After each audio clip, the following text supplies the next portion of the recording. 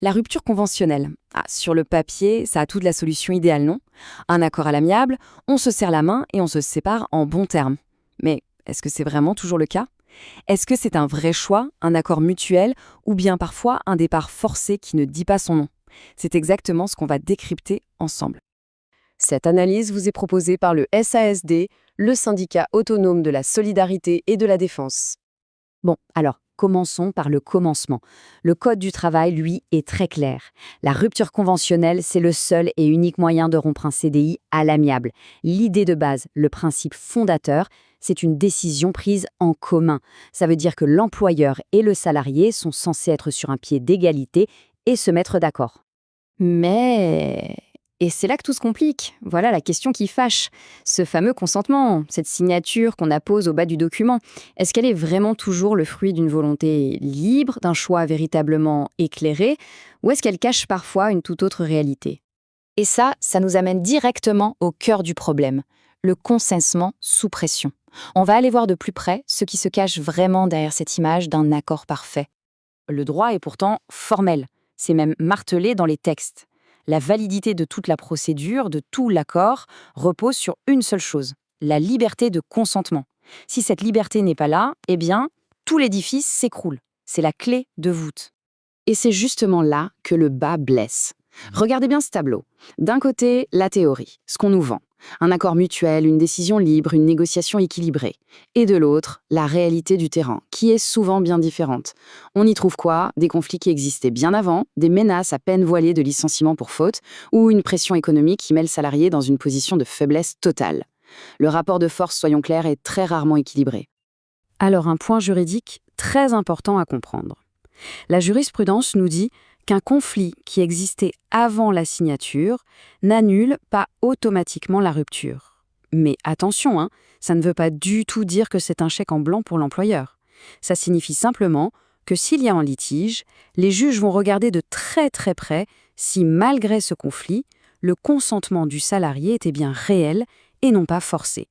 Passons maintenant à la partie la plus critique, celle qui fâche vraiment, les manœuvres illégales, celles qui font que l'accord n'est plus simplement discutable, mais qu'il devient complètement nul aux yeux de la loi. Le consentement est considéré comme vicié, c'est le terme juridique, ça veut dire qu'il n'est pas valable, dans plusieurs cas de figure. Si la signature est obtenue à cause de harcèlement, sous la menace, ou si on vous colle une sanction abusive juste pour vous forcer la main, c'est nul. Et puis il y a le cas le plus grave. Si l'employeur se sert de la rupture pour cacher un plan de licenciement économique et éviter ses obligations, là, c'est de la fraude pure et simple. La Cour de cassation a été intraitable sur ce point. Elle le dit et le répète, le harcèlement, ça crée un contexte de violence morale.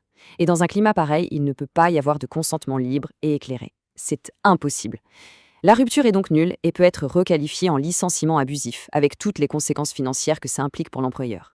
Et ça, c'est sans doute une des fraudes les plus sournoises. L'employeur sait très bien qu'il va supprimer un poste pour des raisons économiques. Normalement, ça l'oblige à mettre en place un plan de sauvegarde de l'emploi, un PSE, qui est beaucoup plus protecteur pour les salariés et beaucoup plus coûteux pour lui. En proposant une petite rupture conventionnelle à la place, il essaye de contourner la loi pour faire des économies sur le dos des gens. C'est illégal, point. Allez, on aborde maintenant une zone un peu grise, une zone particulièrement risquée, le cas des salariés qui ont une protection légale spéciale. Je pense bien sûr au congé maternité ou à un arrêt après un accident du travail, par exemple. La question est très directe. Peut-on signer une rupture conventionnelle pendant ces périodes où le contrat est suspendu? Et surtout, est-ce que c'est vraiment sans danger pour le salarié? La réponse, vous vous en doutez, elle est nuancée et potentiellement très piégeuse. Ce tableau, il illustre parfaitement le piège. Regardez bien. Est-ce que c'est légal? Oui, techniquement, la justice dit qu'on peut signer une rupture en congé maternité ou après un accident du travail. Mais le risque est énorme. Pourquoi? Parce que dans ces moments-là, le salarié est dans une position de grande vulnérabilité. Et les juges le savent très bien. En cas de litige, ils vont passer le contexte au peigne fin pour s'assurer que l'employeur n'a pas profité de la situation pour imposer sa volonté. Bon, face à toutes ces pressions, ces zones grises, ces pièges, qu'est-ce qu'on fait? On entre maintenant dans la partie la plus importante. Comment se défendre? Parce que connaître ses droits, c'est bien. S'en servir pour agir, c'est mieux. Il y a une chose essentielle à comprendre. Face à une direction, un salarié seul est toujours vulnérable.